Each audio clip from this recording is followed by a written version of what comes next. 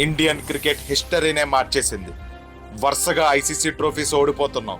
2022 టీ20 world cup తర్వాత రోహిత్ శర్మకు ఒక క్లారిటీ వచ్చింది. ఇలా ఆడితే ట్రోఫీస్ రావు అని తనకు అర్థమైంది. ఇండియన్ బ్యాటింగ్ అప్రోచ్ని మార్చాలి అనుకున్నాడు. మార్పు కోసం ఎదురు చూడకుండా తానే మార్పు అయ్యాడు. ఇండియన్ క్రికెట్లో కొత్త చాప్టర్ మొదలుపెట్టాడు. ఆ చాప్టర్ పేరు ఫియర్లెస్ క్రికెట్.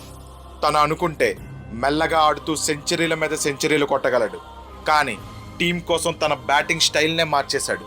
టీంకి మంచి స్టార్ట్ ఇవ్వడమే లక్ష్యంగా పెట్టుకున్నాడు. పవర్ ప్లేలో చితక్ కొట్టడం మొదలుపెట్టాడు. అతని హిట్టింగ్కి బౌలర్స్ మైండ్ సెట్టే మారిపోయి మ్యాచ్ స్టార్ట్ అవ్వకముందే భయపడేలా చేశాడు.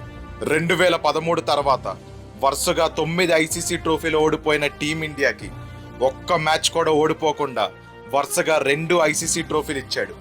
నాయకుడంటే తన పేరు మీద రికార్డులు రాసేవాడు కాదు, దేశం పేరు మీద చరిత్ర రాసేవాడని ప్రపంచానికి తెలియచేశాడు.